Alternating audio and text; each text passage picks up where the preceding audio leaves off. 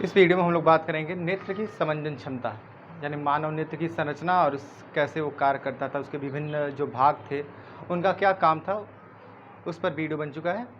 जो ये टॉपिक है नेत्र की समंजन क्षमता, एकोमोडेशन पावर, यानी एक तरह से कह सकते हैं एडजस्ट करने का जो पावर होता है।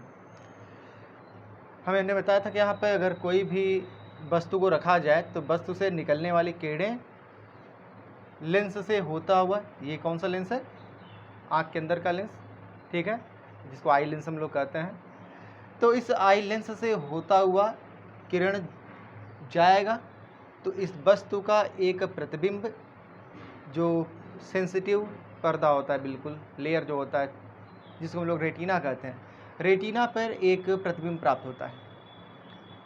तो जब तक रेटिना पे प्रतिबिंब नहीं बनेगा तब तक हम उस वस्तु को नहीं देख सकते हैं।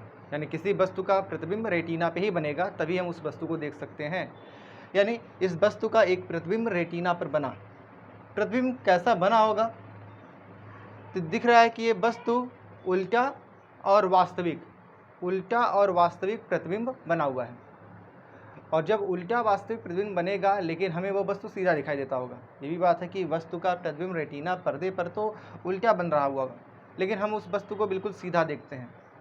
तो प्रकाशीय नशे से सूचना ब्रेन की तरफ जाता है, मस्तिष्क की तरफ जाता है, और मस्तिष्क का काम होता है कि इस वस्तु को जो प्रतिबिंब उल्टा दिखाई दे रहा था या बना हुआ यहाँ पर है, वो सीधा समझ लेता है। ठीक है, यानी प्रतिबिंब रेटिना पे भले उल्टा बनता है, लेकिन जो मस्तिष्क को सूचनाएं पहुंचती हैं या जो मस्तिष्क होता है उसको कन्वर्ट करके सीधा मान लेता है। यानी मस्तिष्क के पास बिल्कुल सीधा प्रतिबिंब ही समझ पाता है वो। तो अब ये है कैसे प्रतिबिंब बना और कहाँ बना, उल्टा बना, लेकिन उल्टा बनने के बावजूद हम उसको सीधा देख पाते हैं। तो वह सारा काम कौन करता है, ब्रेन, दिमाग करता है।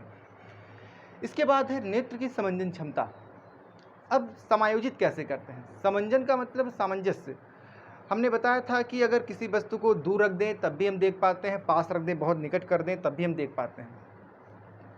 तो अलग अलग दूरी पर अगर वस्तु को रखा जाए तो अलग अलग डिस्टेंस पे, अलग अलग दूरियों पर प्रतिबिंब भी बनता है। यही हमने पढ़ा था पीछे, विभिन्न स्थितियों पर प्रतिबिंब विभिन्न स्थितियों में ही बनता है। तो इस तरह से हमेशा रेटिना पर ही प्रतिबिंब बने, ऐसा कैसे संभव है? तो यह संभव होता है इस नेत्र लेंस के कारण। यह नेत्र लेंस शीशे का तो होता नहीं है, मांसपेशियों का बना होता है, जो आसानी से अपने वक्रता को बढ़ा सकता है, घटा सकता है, अर्थात अपनी फोकस दूरी को समायोजित कर सकता है। और इस तरह से समायोजित करता है कि वस्तु कहीं पर भी रखा जाए, फोकस दूरी अपने आप को समायोजित कर लेता है, फोकस दूरी एडजस्ट हो जाता है, और तब उस वस्तु का प्रतिबिंब ठीक उसी रेटिना यानी पर्दे पर बन पाता है। तो ये कैसे बनता है, इसके बारे में समझते हैं।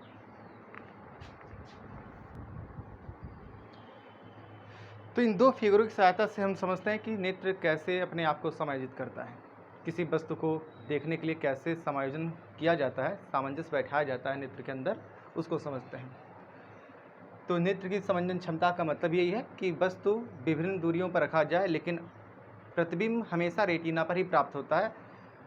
तो ऐसा संभव होता है तब जब लेंस, नेत्र लेंस, अपने फोकस दूरी को स्वयं समायोजित करे। यानी नेत्र लेंस की जो फोकस दूरी है वो एडजस्ट हो जाती है वस्तु के हिसाब से, ताकि प्रतिबिंब हमेशा रेटिना पर ही बने। तो हमने पहले फिगर में दिखाया है मुख्य अक्ष के समांतर चलने वाली किरणें, अर्थात ये वस्तु अनंत पर है, बहुत दूर है।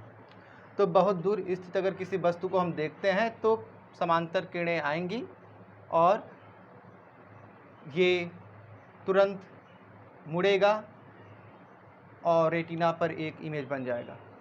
ठीक है, तो रिलैक्स अगर है, नॉर्मल जिसको कहते हैं, नॉर्मल आई, तो रिलैक्स बिल्कुल आँख में, बिल्कुल कोई दबाव न हो आँखों में, तो उस समय मतलब यही है कि हम दूर की वस्तु को देखते हैं। यानी आसमान की ओर देखा जाए रात में तो ये बिल्कुल नॉर्मल होता है, बिल्कुल आँखों पे दबाव नहीं होता होगा। तो इस समय वस्तु का प्रतिबिंब अनंत पर तो वस्तु है, लेकिन प्रतिबिंब रेटिना पर प्राप्त हुआ है। अब अगर वही वस्तु बहुत पास कर दिया जाए, जैसे किसी किताब को पढ़ना हो, इस पेन को देखना हो पास रख के, ठीक है, तब क्या होगा, अगर यही सेम जैसा फोकस दूरी इसका था वैसा ही फोकस दूरी इसका होता, तब क्या होता, ये जितने कोण पर किरणों को मोड़ा है उतने ही कोण पर ये भी मोड़ पाता, और जब उतने ही कोण पर मोड़ पाता तो ये दिखता कि ये जो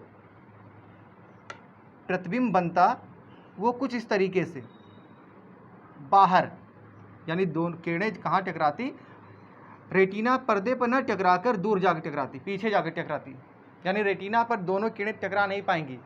जब रेटिना पे किरणें नहीं टकरा पाएंगी तो वह वस्तु हम स्पष्ट देख ही नहीं पाएंगे। लेकिन होता क्या है, आँख के अंदर सिलरी मसल्स हैं, कल सबका कार्य विधि बताया गया था, तो सिलरी मसल्स का काम होता है। सिलरी मसल्स ने क्या किया कि इस लेंस को दाब दिया, लेंस को ऊपर नीचे से दबाव डालना शुरू किया। जैसे ही दबाव डालना शुरू करेगा तो जैसा इस चित्र में दिखाया गया, लेंस थोड़ा सा मोटा हो जाएगा। लेंस मोटा हो जाना मतलब इसकी वक्रता बढ़ गई। वक्रता बढ़ जाने से क्या होता है, फोकस दूरी घट जाती है।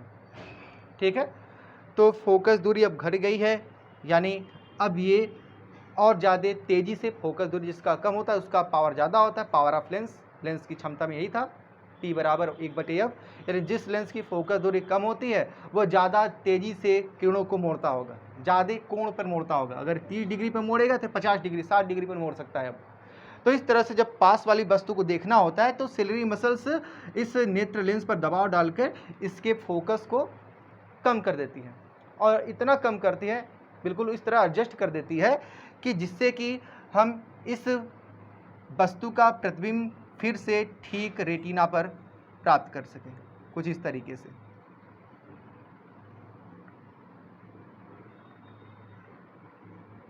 तो प्रतिबिंब फिर से रेटिना पर प्राप्त हुआ, तो वस्तु किसी भी दूरी पर हो,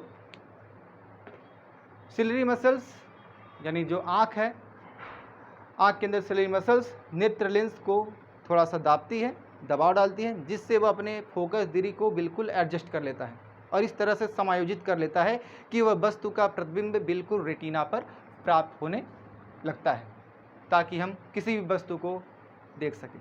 तो यह है नेत्र की समंजन क्षमता।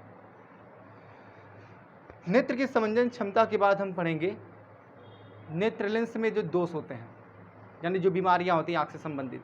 तो बहुत सारी बीमारियां हैं, इसका वर्णन हम अगले वीडियो में करेंगे।